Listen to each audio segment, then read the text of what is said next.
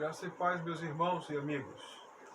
Estamos aqui mais uma vez para retomarmos os nossos estudos sobre o juízo final e vamos abordar hoje a participação de Israel no Armagedon.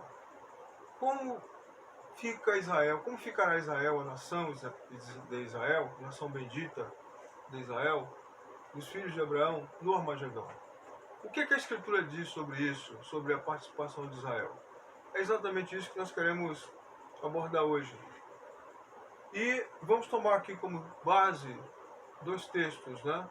E vamos percorrer alguns outros para vermos como Israel estará diante dessa situação, desse evento final que ocorrerá no fim da história, que a palavra de Deus chama no Apocalipse de Armagedon. Aqui em Jeremias capítulo 30, versículo 7, diz assim, convido você a acompanhar comigo, diz assim: Ah, como é grande aquele dia, e não há outro semelhante. É tempo de angústia para Jacó. Ele, porém, será livre dela. O profeta Jeremias, antevendo as dores que viriam ao seu povo por ocasião do cativeiro babilônico que se avizinhava, cativeiro babilônico que se avizinhava, o que ocorreu em três etapas: 607 a.C., 606 a.C., 596 a.C. e, respectivamente, 587 a.C. Foram três etapas que o cativeiro se consumou. Cativeiro ou exílio babilônico. Mas, ele profetizando, ele falou essas palavras aqui, e elas têm um sentido presente, logo ali, futuro imediato, ou seja, alguns anos após a profecia, e um futuro milenar, ou seja, que perfaz aí, até aqui, mais de 2.600 anos, quase 2.700 anos, 2.586 anos, não é? 25, 26 séculos aproximadamente. E esta palavra tem um alcance futurista, ou seja, foi um vaticínio para um futuro próximo e um futuro distante. Quando ele diz que aquele dia, aquele é um advérbio de tempo que alude ao futuro, a um vaticínio futuro, a uma previsão futura, a uma profecia futura. Ele diz que aquele dia é um dia que não há outro semelhante, será tempo de angústia para Jacó. É exatamente o tempo em que Israel estará como nação envolvida no Armagedon, como acossada por nações de todos os lados no Armagedon, cercada, acossada, não é? Israel se tornará cada vez mais um problema mundial. Já é um problema mundial, porque nações inimigas querem destruí-la. Os árabes querem destruí-la. O Irã, não é? Os países confederados árabes têm um forte ressentimento de Israel. O próprio Egito tem um forte ressentimento de Israel. Isto vai se tornar cada vez mais recrudescente com a aproximação dos últimos dias, e Israel estará envolvida no Armagedon como que solitária, como nação solitária envolvida, tendo contra si todas as nações da terra. E aqui aquelas nações que são suas aliadas não vão protegê-la, não vão estar ao seu lado, porque isto faz parte do plano de Deus. Outro profeta que fala sobre esse momento também, terrível da nação, é o profeta Oséias. Ele diz assim, Oséias 5, versículo 15, irei e voltarei para o meu lugar, até que se reconheçam culpados, e busquem a minha face. Estando eles angustiados, cedo me buscarão. Mais uma vez, a palavra angústia é citada aqui. Jeremias diz que será um tempo de angústia para Jacó aqui como nação. Lembrando que Jacó é a nação de Israel ainda não convertida, porque o nome Jacó é o nome do patriarca, o filho de Isaac, antes de sua conversão, antes de ter passado pelo Val de Jaboque, em que ele tem um encontro com Deus, um encontro transformador com o Senhor, que mudou-lhe até o nome de Jacó para Israel. Não é? Ali deu-se a conversão dele. Mas, enquanto Israel é Jacó convertido, Jacó é Israel não convertido. Então, Jacó é Israel como nação, que tem os mesmos traços de seu pai não convertido. Então, esta angústia que virá tem por objetivo também levar Jacó, nação de Israel, à conversão verdadeira e genuína. Por isso que o Senhor diz: irei e voltarei para o meu lugar. Ou seja, vou esconder deles a minha face, até que eles se reconheçam culpados por estarem angustiados, me busquem. Tá? Então, este é o plano de Deus. Agora vamos adiante. Será um tempo de angústia para Jacó. Israel, com o caráter de Jacó, como nação, estará envolvida na grande tribulação. Estará aqui. Não é? Estará aqui para passar por esse teste definitivo, por esse momento em que ou se converte ou se converte. Não haverá escolha. Israel, vamos observar algumas coisas aqui. Israel fará uma aliança com o inferno. Esse período será um período tão crítico que a nação de Israel fará uma aliança com o inferno. Mas que aliança será essa? Vamos ver aqui. Isaías 28:15 diz assim: porquanto dizeis, fizemos uma aliança com a morte e com o inferno fizemos acordo. A parte A apenas do versículo. Fizemos uma aliança com a morte e com o inferno fizemos o acordo. Quando passar o dilúvio do açoite, não chegará a nós, porque pusemos a mentira por nosso refúgio e debaixo da falsidade nos escondemos. Aqui o profeta Isaías está se referindo aqui. Isaías está profetizando sobre um período em que Israel irá fazer uma aliança com a morte e com o inferno. Mas de que maneira?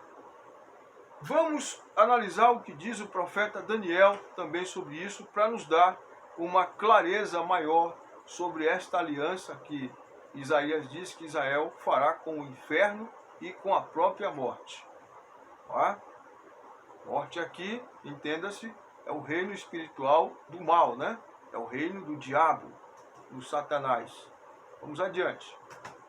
Em Daniel 9:27, o profeta também falando sobre os últimos dias do seu povo na terra, em que Deus determinou 70 semanas para expiar, ou seja, retirar a iniquidade de seu povo Israel e reconciliá-lo consigo e apresentá-lo santo e irrepreensível. Diz que antes disso, Israel fará uma aliança com uma personagem que aparecerá no final da história, muito influente. Quem é essa personagem? No versículo 27 do capítulo 9 de Daniel, diz assim, Daniel 9:27.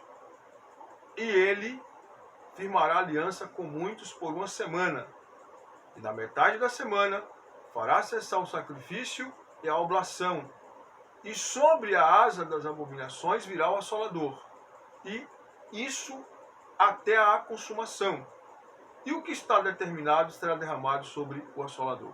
Veja bem, o profeta Daniel está falando aqui sobre uma personagem que surgirá no final da história para cumprir o seu papel fatal na história. É o anticristo. Em Apocalipse capítulo 13 é reconhecido como a besta que emerge do mar. E há uma outra besta que emerge da terra. Besta é governo, reino ou principado. É a mesma coisa. Não é um cavalo, não é uma égua, não é um animal de carga, não. Besta é o caráter do ser humano nos últimos dias, degenerado, ingrato, desafeiçoado, sem amor, com muita ciência, com muita diplomacia, mas tudo isso sem o amor e sem a graça de Deus. Então esse ser humano é ser muito requintado, por sinal, tá? Muito preparado, segundo a ciência dos homens, segundo a diplomacia dos homens, mas destituído da graça e do amor de Deus. Por isso é considerado uma besta. Não é? E o governo que daí advém é um governo violento, um governo destruidor, um governo devorador, como nunca houve na face da terra. Então o texto sagrado diz que Israel fará uma aliança com este que fará uma aliança com muitos por uma semana. Diz, e ele fará uma aliança com muitos por uma semana. Ele quem? O anticristo. Fará uma aliança com muitos, inclusive com Israel. Aliança que visa, por exemplo, podemos aqui imaginar, uma aliança que vise, que tenha por objetivo, por fim, as intrigas entre judeus e árabes, as desconfianças entre judeus e árabes. A desconfiança é um conflito milenar. Você já imaginou árabes e judeus sentarem na mesma mesa e repartirem, cederem terras entre si, e os árabes cederem a parte sagrada de Jerusalém para os judeus sem nenhum conflito? Onde estava, por exemplo, o Domo de la Rocha, onde estava ali o templo, o grande templo judeu, por exemplo. Você já imaginou isso? Isto vai acontecer. Então, o anticristo, esse gênio satânico diplomático que surgirá no final dos tempos, ele fará uma aliança com muitos. Esses muitos, dentre esses muitos, envolvem Israel e árabes e outras nações inimigas que sentarão e farão um tratado de paz, de não agressão, um tratado diplomático, e o mundo celebrará isso como um momento em que eles vão dizer a paz e segurança. Isto será na primeira metade dos 7 anos da grande tribulação. E na verdade, o período da grande tribulação, o período mais crítico, dar-se-á a partir dos 3 anos e meio. Nesses primeiros 3 anos e meio, Israel faz essa aliança e goza, entre aspas, dessas falsas benécias, não sabendo que está se cumprindo o que está em Isaías 28:15, quando eles dirão, fizemos uma aliança com o inferno. Eles vão descobrir que, na verdade, eles não fizeram aliança com o Messias, como eles irão pensar. Porque o anticristo será visto por eles como Messias. É muito provável que este homem tenha alguma origem judaica para levar os judeus a pensarem dessa forma. Esse governante mundial, esse gênio mundial.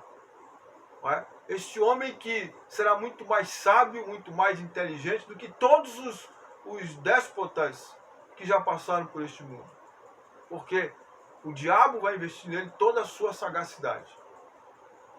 Israel vai descobrir que fez uma aliança com a morte e com o inferno. E aí segue dizendo, não é? Que Israel se tornará também uma nação cada vez mais, será vista como um problema para todas as nações da terra. Israel, por conta disso, será visto como um problema para todas as nações da terra. Porque Israel, quando descobre que o anticristo o enganou, os verdadeiros judeus, então, eles não aceitarão de forma nenhuma a adoração, a idolatria. Porque tudo indica que o anticristo, em Mateus 24:15, Jesus diz que quando vides o abominável da desolação estar no lugar santo, quem lê, entenda. O que é o abominável da desolação? Tudo indica que o abominável, algo que é detestável, algo que é execrável, totalmente execrável, é que dentro do templo judeu o anticristo erigirá algo como que uma estátua real, uma estátua midiática, uma imagem, seja ela real ou midiática, para ser adorado. Tudo indica que sim. Nós não sabemos qual a forma disso, mas algo que simbolize um objeto de adoração com a imagem dele será colocada dentro do templo judeu, porque diz que ele se assentará no templo judeu, ele se assentará no trono de Deus, querendo parecer Deus. Está em 2 Tessalonicenses, capítulo 2, de 1 a 12, quando o apóstolo Paulo, também versando sobre o tema, fala que o homem do pecado, o filho da perdição, o homem da iniquidade, ele vai se assentar no templo de Deus, querendo ser Deus. O templo de Deus na terra, para o judeu, é em Jerusalém, que será reconstruído. Então Zacarias diz o seguinte: por conta disso, Israel vai se revoltar contra ele e se tornará um problema. Tá? Porque Israel é uma nação poderosa. E o que é que vai acontecer? Veja o que Zacarias diz no capítulo 12, versículo 1. Peso da palavra do Senhor sobre Israel. Fala o Senhor que estende os céus e que funda a terra, e que forma o espírito do homem dentro dele. Eis que eu farei de Jerusalém um copo de tremor para todos os povos ao redor dela. Não é? Eis que eu farei de Jerusalém um copo de tremor para todos os povos em seu redor, e também para Judá, durante o cerco de Jerusalém. E acontecerá naquele dia, que farei de Jerusalém uma pedra pesada para todos os povos. Observe, todos os que a carregarem certamente serão despedaçados. Ajuntar-se-á contra ela todo o povo da terra. Então, será um tempo em que, no plano de Deus, Israel se tornará cada vez mais execrável, objeto de ódio de todas as nações. E todas as nações da terra, especialmente os árabes, e outras nações poderosas, que incitadas pelo anticristo, o próprio exército que ele irá formar, do seu próprio governo, irá cercar a cidade. E os judeus se verão uma angústia como nunca houve. O profeta Daniel, no capítulo 12, diz, do seu livro, que este será um tempo de angústia para Jacó. Ou seja, este será um tempo de angústia para a sua nação, mas será salvo todo aquele que foi achado escrito no livro. Diz assim, ó, e naquele tempo, Daniel 12, versículo 1, e naquele tempo se levantará Miguel. Miguel aqui é o arcanjo Miguel. Há uma denominação que diz que Miguel é Jesus. Não é não. Jesus é o Senhor, ele é Deus, ele é Criador, e Miguel é o arcanjo criado por ele, dentre os bilhões e bilhões de anjos. Miguel, o grande príncipe, que se levanta a favor dos filhos do teu povo. O arcanjo Miguel é o anjo guardião da nação de Israel. É o anjo que Deus destinou, e Deus deu essa incumbência a ele, de ser o guardião específico da nação de Israel. O príncipe que se levanta a favor dos filhos do teu povo. E haverá um tempo de angústia qual nunca houve, desde que houve nação até aquele dia. Mas, naquele tempo, livrar-se-á o teu povo, isto é, Israel, todo aquele que for achado escrito no livro. Então, observe que não serão todos que serão livres, mas somente os que forem achados escritos no livro da vida. É o critério que Deus estabeleceu. Israel será livre da angústia, mas com grande dificuldade. Mas vamos ver o que vai acontecer. Israel, como nação, por que isso tudo vai acontecer em Israel? Por que Israel tem que passar por isso? Veja alguns textos aqui. Israel, por que isso vai acontecer? Porque Israel rejeitou o Messias. Ele como nação, ela como nação, melhor dizendo, rejeitou a Cristo, o Messias, em seus dias. É verdade que não todo o povo, mas as autoridades rejeitaram o Messias, aqueles que dirigiam a nação, e insuflaram as pessoas a rejeitá-lo. Muitos se converteram, centenas de judeus, milhares se converteram, mas Israel, como nação, oficialmente não reconheceu Cristo como Messias. Por isso que Jesus disse, desde agora vocês não me verão mais, até que vocês digam, bendito o que vem em nome do Senhor. Está lá em Mateus 23, versículo 38. Porque eles rejeitaram o Messias.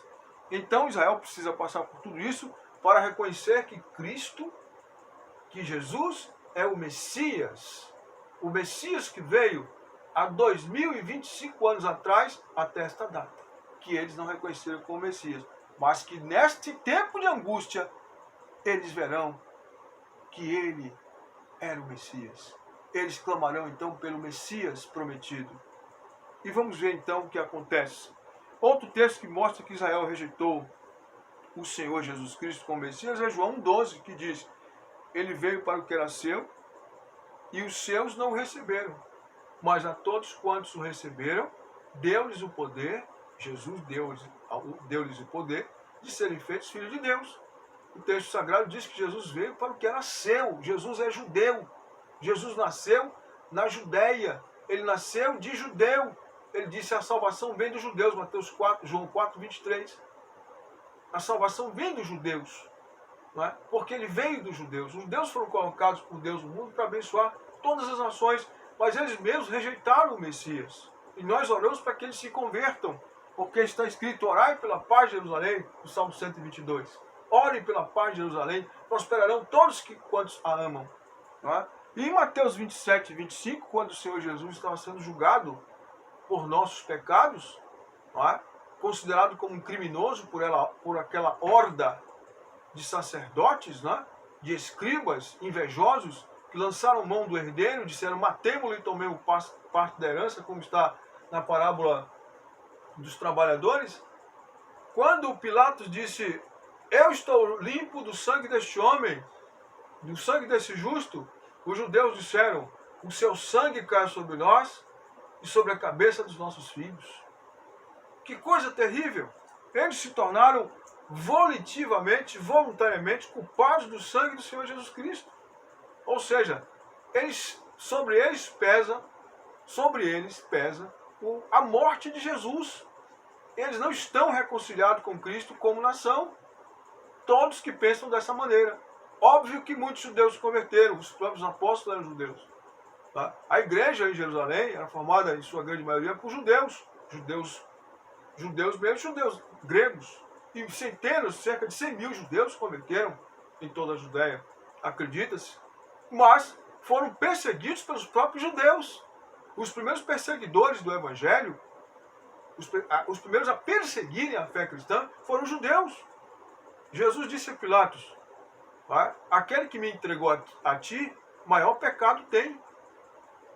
Jesus reconhece o pecado dos romanos, mas diz: aquele que me entregou a ti, Pilatos, maior pecado tem. Ou seja, o pecado dos judeus em ter entregue Jesus a Pilatos para ser condenado era maior do que o próprio pecado dos romanos.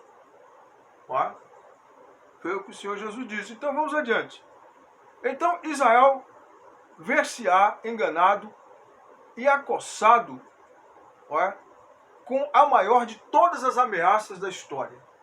Israel foi ameaçado em várias ocasiões. Por Faraó, Israel foi ameaçado no cerco babilônico. Israel foi ameaçado quando foi levado para a Síria por Sargão II. Israel foi ameaçado na ocasião em que Amã planejou a destruição de todos os judeus no 13º dia, no 13º mês de Adar, está no livro de Esther. Israel teve uma grande ameaça quando o diabo entrou em Herodes o Grande e ele planejou matar o Messias, Jesus, nosso Messias. Se ele conseguisse matar o menino, Jesus, nós estaríamos perdidos. Porque o plano da salvação não chegaria nem a se consumar. Mas o que vai acontecer a Israel agora, no final dos tempos, é a maior de todas as ameaças. Porque Israel ver-se-á sozinho, sem aliados. Todas as nações que hoje são suas aliadas, Estados Unidos, Inglaterra e etc., os grandes países do mundo, França, as grandes nações, capitaneadas sem sombra de dúvidas pelos americanos e pelos ingleses, pelo Reino Unido e pela América do Norte, eles irão abandoná-lo. Todas as nações irão abandoná-lo. As nações que hoje são suas fortes aliadas. Israel estará nas mãos e nas garras de inimigos ferozes querendo destruí-lo. Estará acossado. Então, eles verão, agora que estão num perigo de destruição total, como nunca experimentaram em toda a sua história. E só haverá uma solução: clamarem por Yeshua HaMashiach. Yoshua HaMashiach. Yoshua HaMashiach, ou seja, Jesus o Messias. Eles vão clamar como nunca clamaram pelo Messias. E será nesse momento, percebendo que foram enganados por um falso Messias, fizeram aliança com a morte, como está aqui no profeta Zacarias, no capítulo 12, também, Zacarias, no capítulo 12, nos dá uma forte revelação sobre este momento. Capítulo 12, versículo 10, 11, 12. Observe aqui o que o texto sagrado diz sobre este momento em que Israel vai clamar. E observe, Zacarias 12, 10. Mas sobre a casa de Davi e sobre os habitantes de Jerusalém, derramarei o espírito de graça e súplicas, e olharão para mim, a quem transpassaram.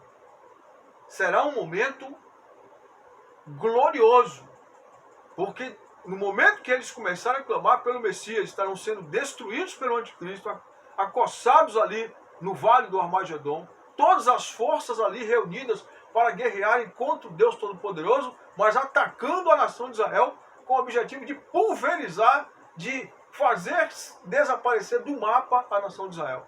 Fazer Israel virar poeira. Nem enterrar, para fazer virar poeira cósmica. Para fazer virar poeira com uma rajada termonuclear. Nesse momento, eles serão ouvidos, porque o Senhor derramará o espírito de graça e de súplicas, e eles olharão para mim, diz o Senhor, a quem transpassaram. E o plantearão, eles plantearão Jesus. Eles se converterão, como sinal de conversão, eles plantearão, chorarão abundantemente sobre ele, como quem planteia pelo filho unigênito, e chorarão amargamente por ele, como se chora amargamente pelo primogênito. Será semelhante ao choro de Pedro, depois de ter negado a Cristo, quando Mateus diz que ele saindo chorou. Mateus 27, 72 diz que ele saiu e chorou amargamente. Naquele dia será grande o pranto em Jerusalém, como o pranto de Ardade e Rimon no vale do Meguido. E a terra planteará, cada família à parte, a família da casa de Davi à parte, as mulheres à parte. Ou seja, será um momento de recolhimento em que as famílias vão, naquele trânsito todo que eles viverão, eles verão o Messias vindo para salvá-lo. O Messias atacando as forças opressoras do mal, reunidas no Vale do Meguido, e eles vão chorar amargamente, porque verão o pecado que seus antepassados cometeram, tendo crucificado. E diz que cada família vai chorar à parte, né? Chorar na sua intimidade, chorar amargamente, mas o choro não de remorso, não de ódio, mas o choro de conversão. E a família da casa de Natã à parte, as mulheres à parte, a família da casa de Davi à parte, as mulheres à parte, a família de Simei e as suas mulheres à parte, todas as famílias remanescentes, observe, remanescentes, porque há descendentes de todos desses judeus aí espalhados, que nós não sabemos, mas Deus sabe. A parte, cada família vai chorar à parte.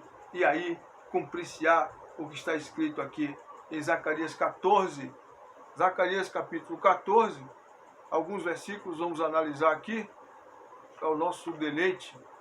Não é? Diz assim, Zacarias capítulo 14, a partir do versículo de número 3, diz assim: E o Senhor sairá e pelejará contra estas nações, como pelejou sim no dia da batalha.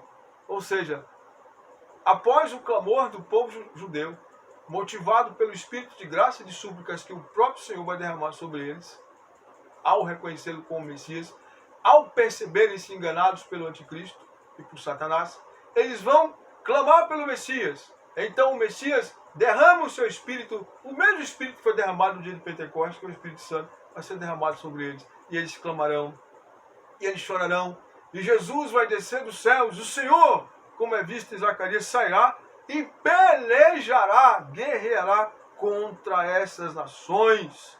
E diz assim, o versículo 4, E naquele dia estarão seus pés sobre o monte das oliveiras, que será fendido, está da frente de Jerusalém, para o Oriente. E diz assim, e o monte das oliveiras será fendido pelo meio, para o Oriente e para o Ocidente. E haverá um vale muito grande, e metade do monte se apartará para o norte, e a outra metade para o sul.